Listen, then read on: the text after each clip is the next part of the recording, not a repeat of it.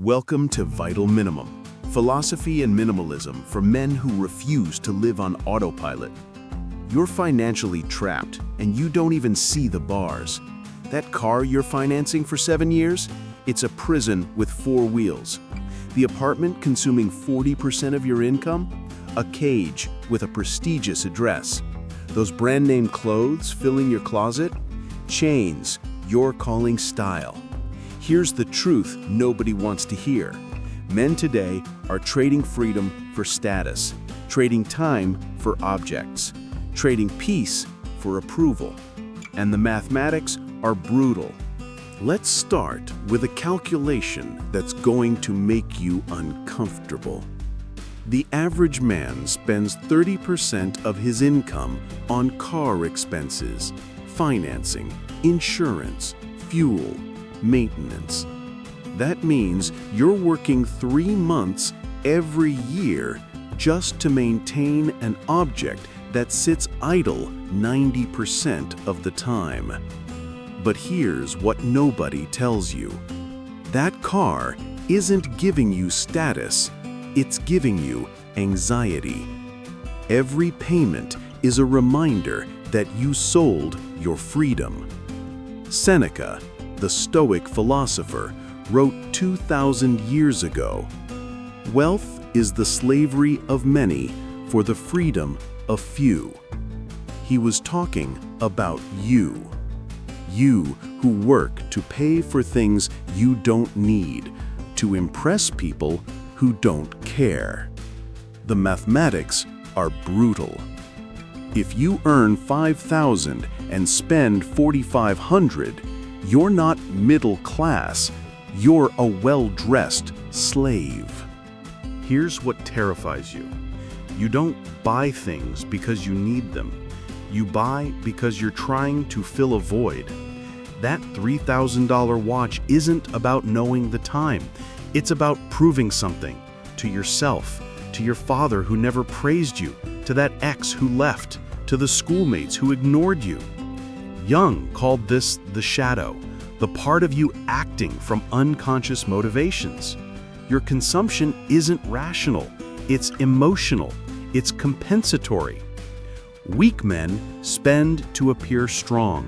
Strong men save to have options. The uncomfortable truth? Every unnecessary purchase is a symptom of insecurity, of fragile ego, of needing external validation. When you truly understand this, when you really get it, your relationship with money transforms completely because you stop using objects to patch emotional wounds.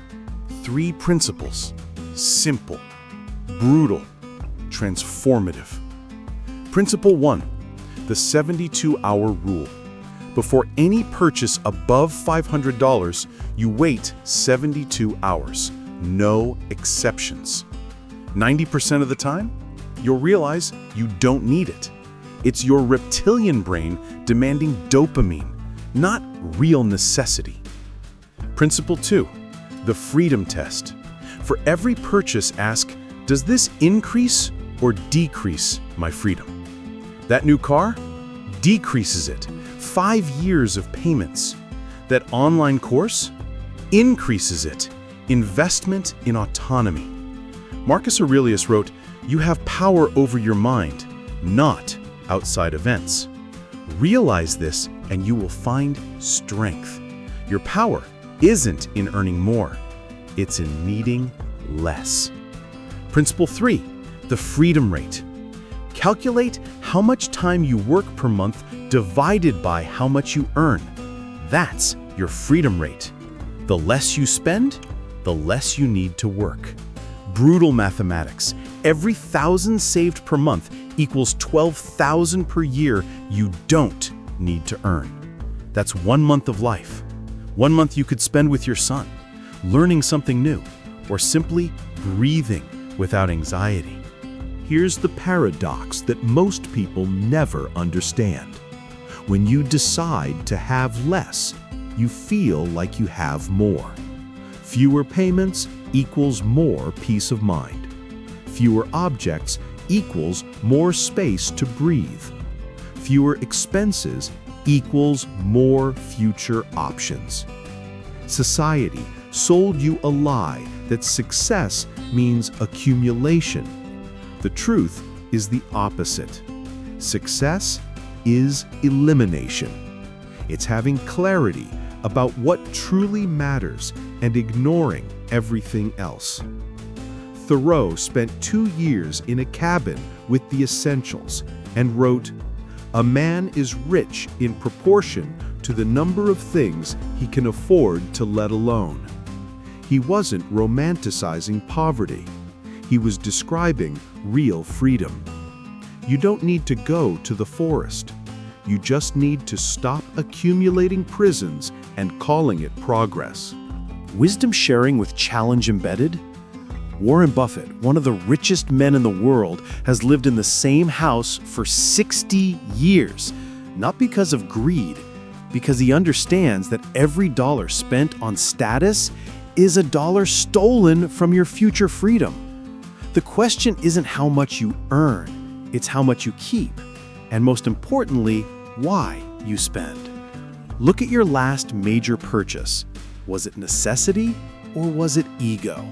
Be honest, only you're listening. The ability to answer that question truthfully is what separates men who build wealth from men who build facades. Here's how you break free. Not theory, action. Step 1. Track everything for 30 days. Every single purchase, every coffee, every subscription, every impulse buy. Write it down.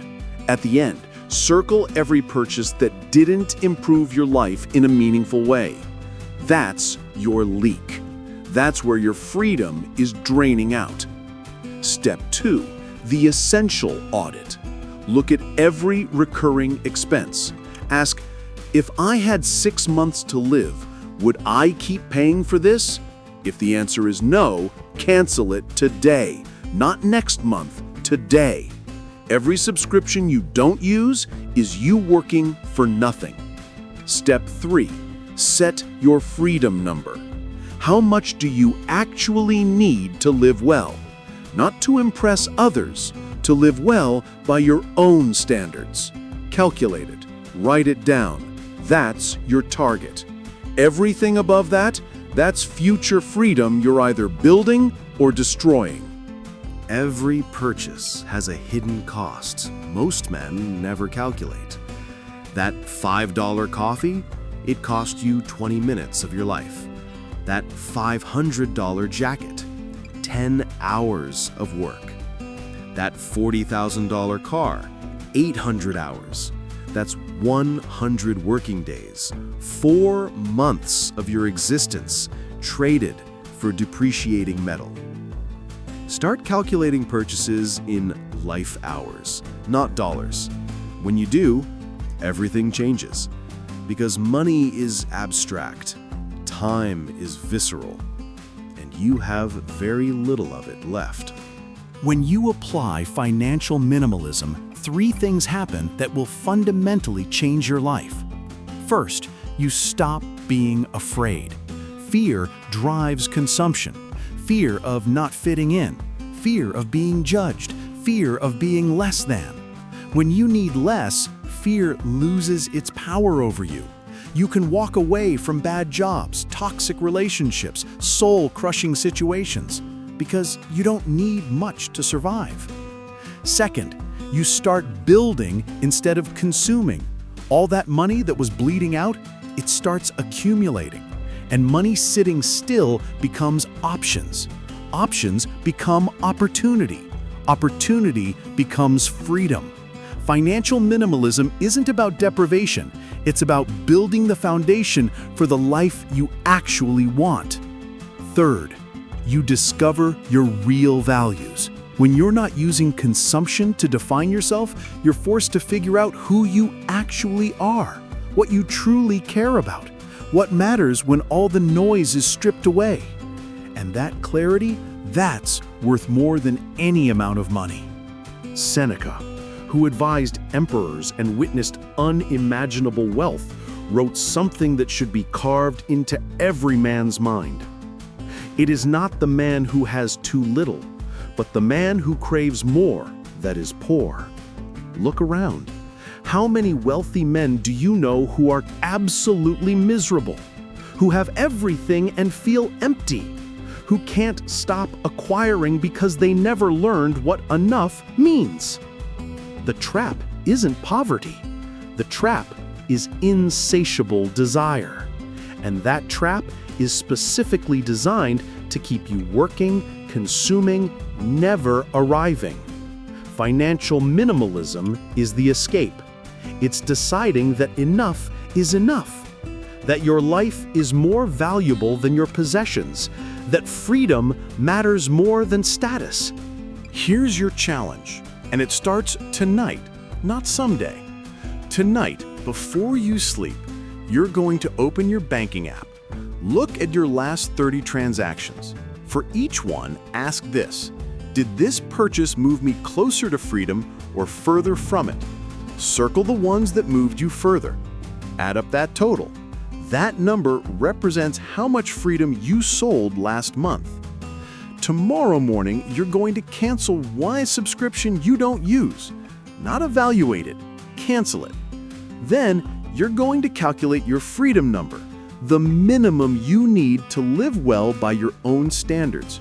Write it where you'll see it every day. That's your North Star now.